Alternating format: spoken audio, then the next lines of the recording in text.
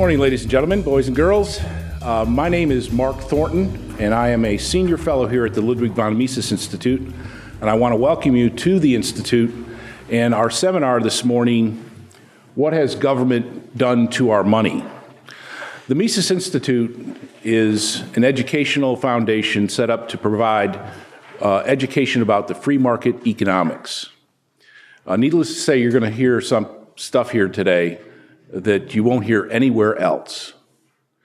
It's going to be enlightening for all of us, I think, here at the seminar and our audience on the World Wide Web today, which I also want to welcome you here this morning to our seminar. Our first speaker this morning is G.P. Manish.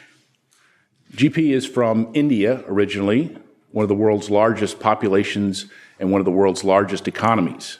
He came to the United States and studied economics at Suffolk University in Boston, Massachusetts, where he recently earned his PhD in economics.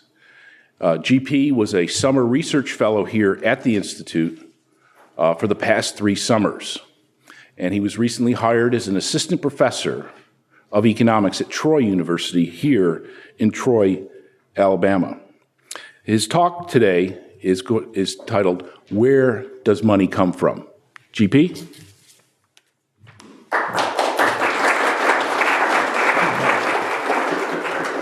Everyone. So the topic for my talk today is where does money come from? Before we get into answering that specific question, let's take a step back first and think about a situation where there is no money, right? A situation which economists call what's called barter, right? So a barter economy is a situation or an economy in which we don't use any money to make exchanges.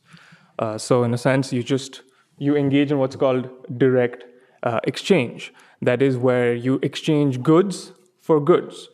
And to understand it better, let's just imagine or think of a primitive, tribe or little community somewhere, again, where they don't use any money. And think of a farmer in a community, and let's say he's growing some corn, and he wants, butter. So he goes and tries to find somebody who has butter, who will give him butter in exchange for corn. This kind of exchange is called a direct exchange, where on the one hand, the farmer who has the corn is exchanging it for butter, a good which he wants to use for satisfying some need. And at the same time, the person who gives him the butter, the milkman, let's say, he wants the corn to satisfy some need of his own. This is different from a situation of indirect exchange, that is where there is money. In that kind of scenario, what the farmer would do would be to exchange corn for money and then use the money to buy butter, right? Well, there are some difficulties or inconveniences which exist in a world of barter or this kind of direct exchange.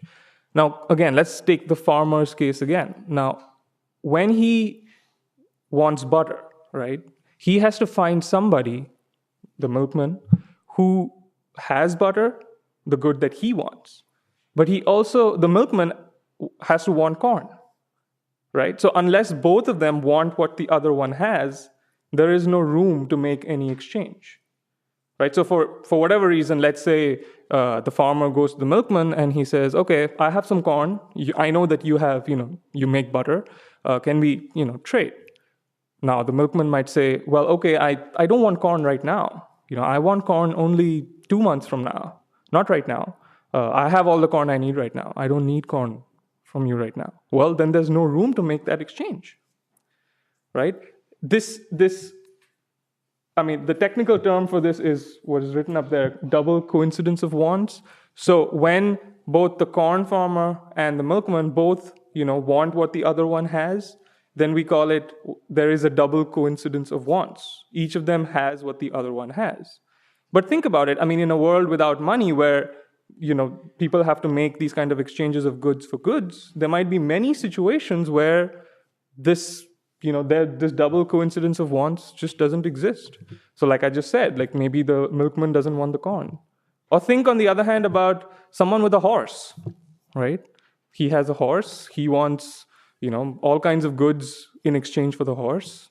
right? He has a horse to sell. He wants milk, he wants butter, he wants eggs, he wants meat, all these things which he wants to consume. Now, all he has is a horse, right? And maybe people want horses in this community because they use it for farming, and pleasure riding and all of that stuff. But think about the problems which this person with a horse would face. He would go in there and maybe the milkman says, well, I don't want a full horse right now, right? He can't break up a horse into 1/10 or 1/100th of a horse. He can't make that exchange because 1/10 of a horse is useless, right? And not only that, with a horse, he wants butter, he wants milk, he wants eggs, he wants meat, he wants all these different goods. But how can he sell one horse multiple times, right?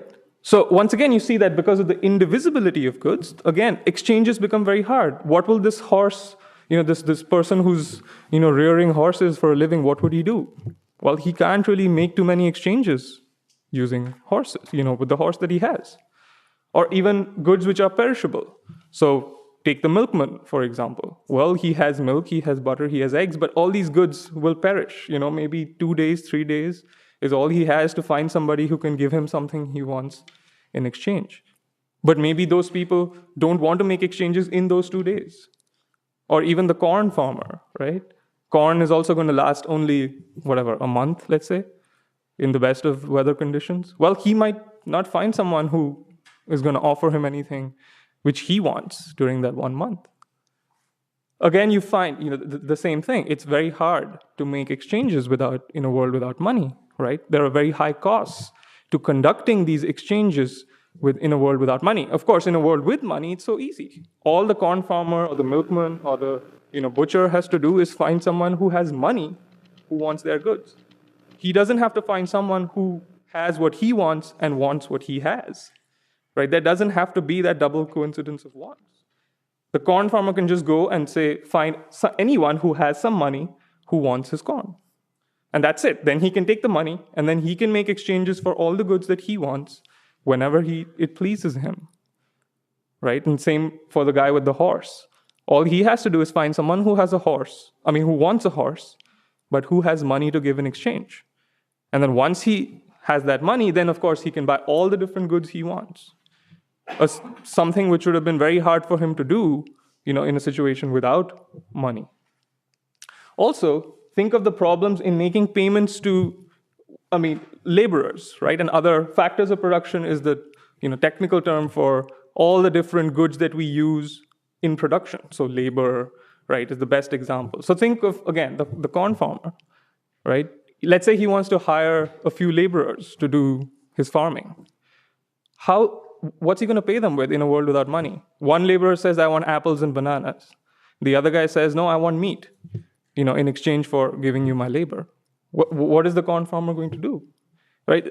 Again, very difficult to engage in even productive activities in a world without money.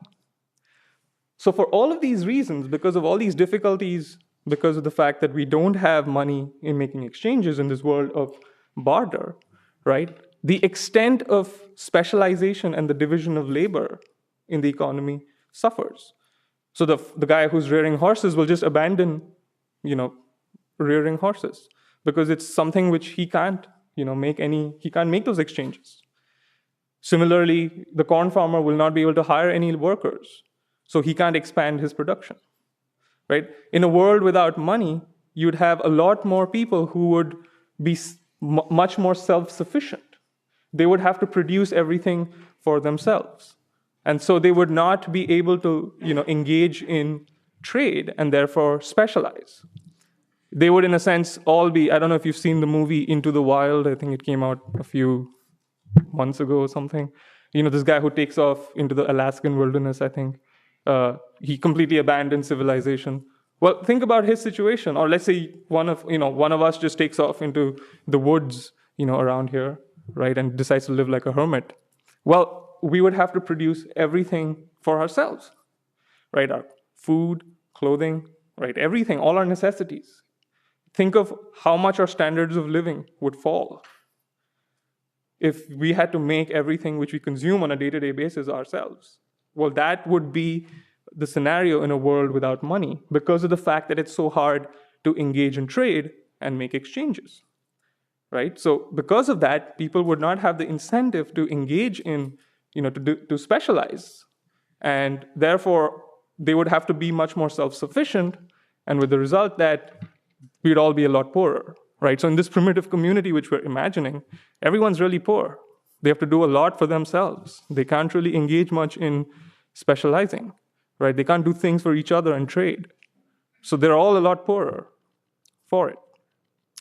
But like I said, with money, lots of these problems can be overcome. So now we come to the topic, which is really the topic for my talk. How does money arise, right? How do we get from a place where we have no money and where all these exchanges are so difficult to make and, the extent of specialization is so low? How do we come from there to a situation where there is money?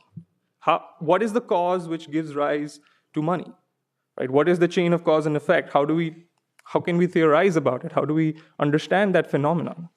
And probably the best work on this topic was written by the founder of the modern Austrian school, called Carl Menger. It's called The Origins of Money, written in 1892. It's available for free on Mises.org. I encourage all of you to read it. It's a great work, one of the classics.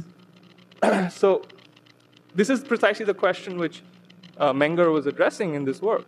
And he started by making some observations. He said, all philosophers and economists, right, all the famous ones, Plato, Aristotle, all the other medieval philosophers, they've all pondered this question. Where does money come from? How does it arise? Right? How do we get from a state of barter to a state of money?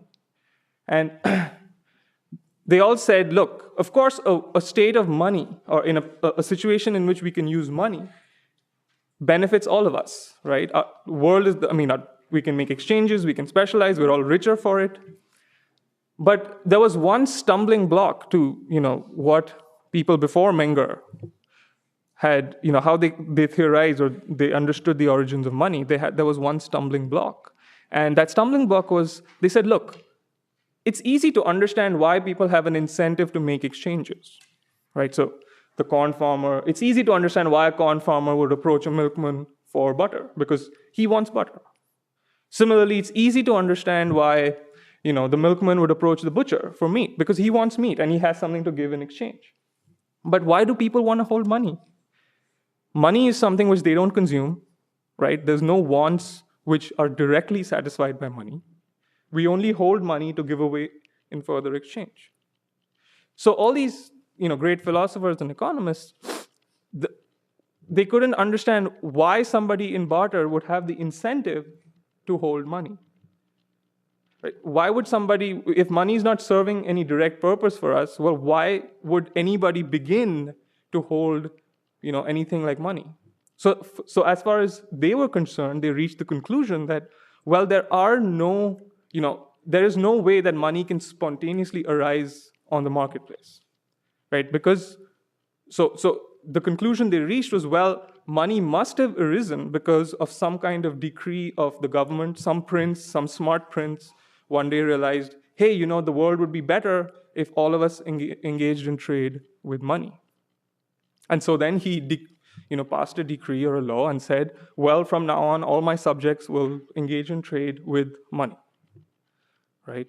Or they thought that, well, maybe a primitive community came together, they sat down, they had a discussion, a talk, and they said, you know what, life is really hard, let's start trading with money.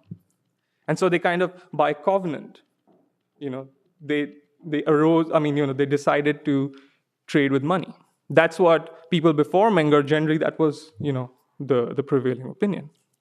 But Menger pointed out, in an insight amounting to genius, he said, look, no, there are all the conditions required for the emergence of money are present on the marketplace.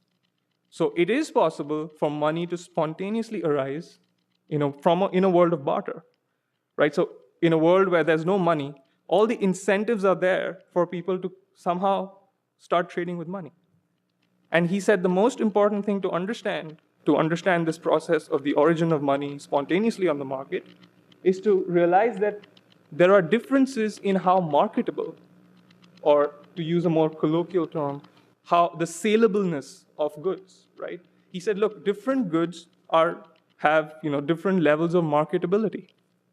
So to take an example, let's go back to our primitive barter community, right? And think of the difference in the marketability between a good like a horse and salt, right? Now, both these goods are scarce in the sense that they're not like air, right? The supply of them is not greater than our need for it. So for example, air, nobody would give anything in exchange for air, right? What if I came up to one of you and tried to strike a deal, give me some money, I'll give you a room full of air. Well, you're going to think I'm a con man, right? Some kind of rogue, right? He's trying to con me. There's something wrong here with him, right? Well, so air is not a marketable good because we can all breathe it anytime we want. But goods like horses, salt, milk, eggs, all these are scarce goods, right? Somebody is willing to give something in exchange to obtain it because it is scarce. But amongst these scarce goods, there are different levels of marketability. So again, think of the horse versus salt. It's much harder to market a horse as compared to salt, right? Firstly, not everybody might want a horse, but everybody would want salt. Maybe the demand for horse is seasonal. Maybe people don't want horses in the winter because, well, they can't feed them anything, they're going to die anyways. So there's demand for horses only in the summer. But also think of the indivisibility of a horse, right, which we talked about before. You can't sell 1/10 of a horse unless this community eats horse meat, and we'll assume they don't, right? But as long as they use full horses, a complete horse, right, there's no way anybody who has a horse can break up that horse into 1/10, 1/100 of a part and sell it. But on the other hand, salt is divisible, right? It's easily divisible, right? We can easily, trade in little bits of salt, little cubes, bigger chunks, right? Also, salt is easy to transport. A horse is much harder to transport, right? So this guy who has horse or horses, if he's trading, he'd have to carry them around or lug them with him all around the town, right? Saying, okay, I have a horse, will you give me something in exchange? Right? On the other hand, salt is easy. He could just carry it maybe in his, in a little pouch on his waist or something. So Menger said, look, because of these differences in the marketability, how easy it is to find a market, for example, for salt as compared to a horse, that is the condition or the necessary and sufficient condition for the origin of money spontaneously in the marketplace. Now, what exists between salt and a horse also, you can think of the difference between corn and salt, right? Corn, too, might have only a seasonal demand, right?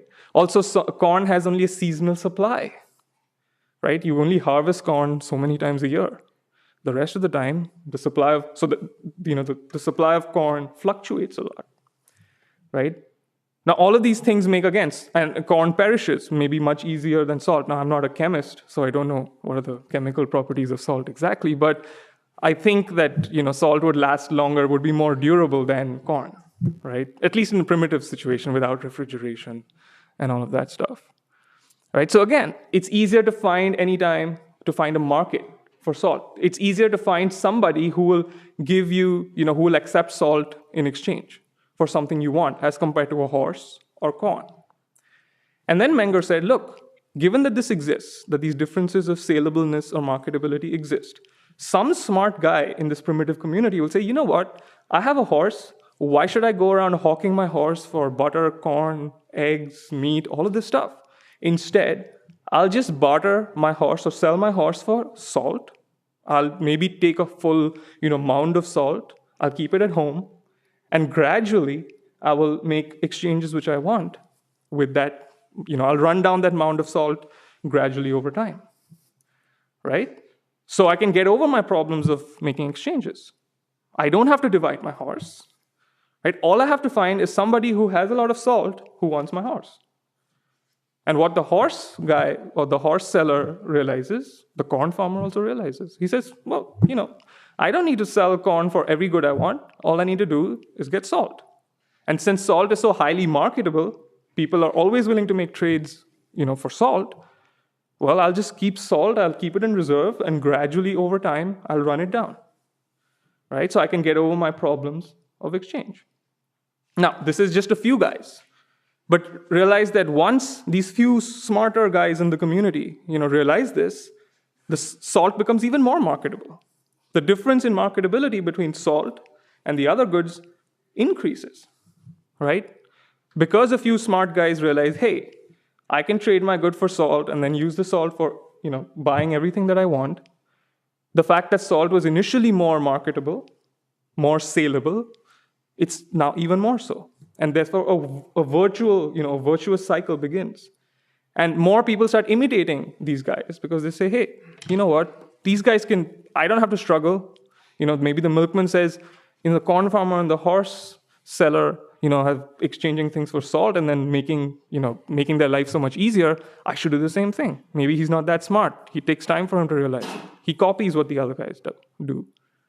And so then then you can see that salt then becomes money, the medium of exchange.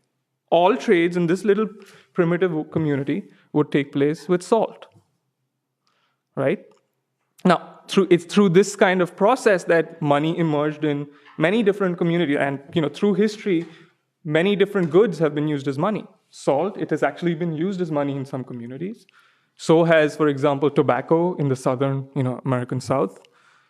Beaver skins, to trade with Native Americans, right? You've had cowrie shells, which were used as money in Africa. Iron, if I'm not mistaken, in ancient Greece. And of course, the two commodities which most of the world decided came upon as the medium of exchange, gold and silver.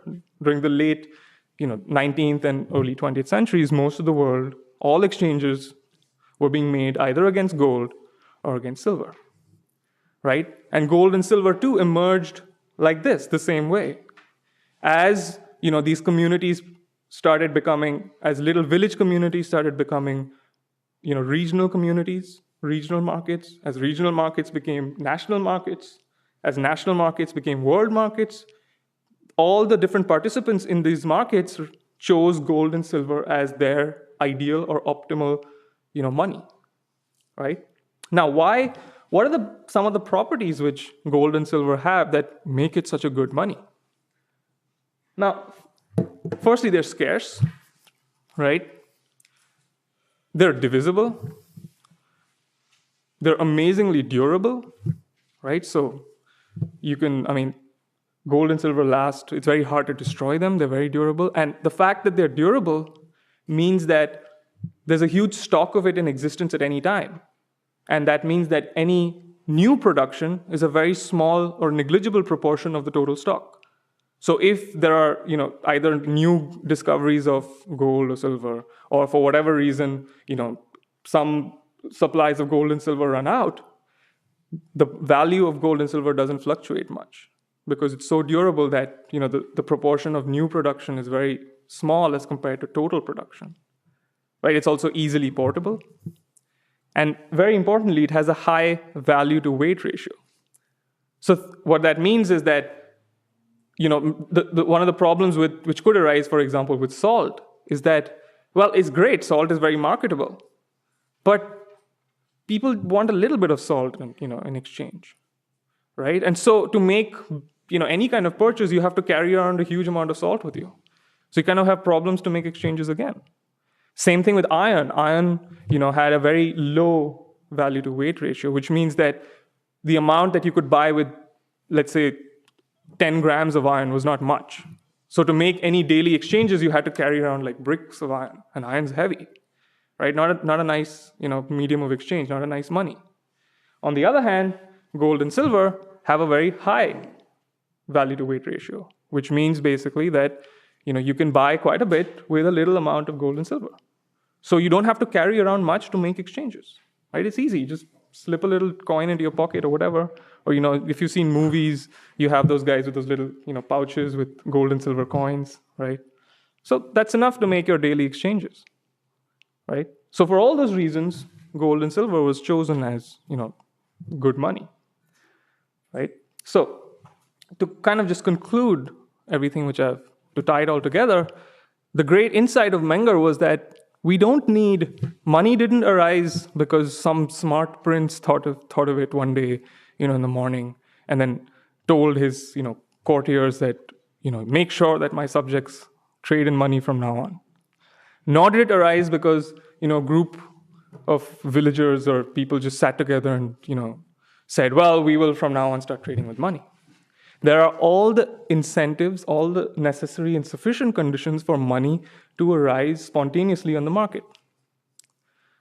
And in a sense, what Menger did was basically to say that one more of these, institutions, which we know in our daily life, arose spontaneously on the market. Just the way the very fact that we engage in the division of labor and specialization, right, also arose spontaneously on the marketplace. Like, we all instinctively realize that it's better to be, in the division of labor in a city or in a town where we can get things from other people which, we don't produce ourselves, and therefore we'll be better off.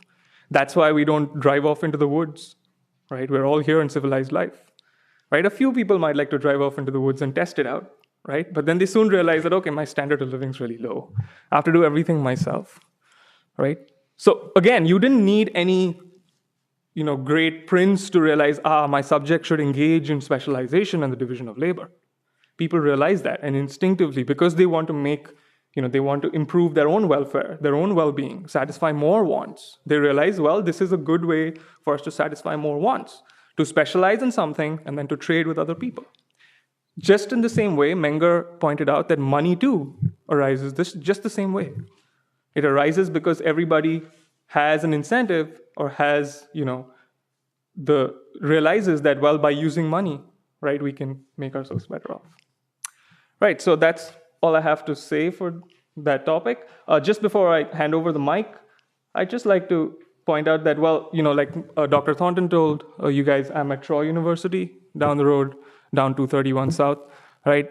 We have a new center called the Manuel Johnson Center for Political Economy.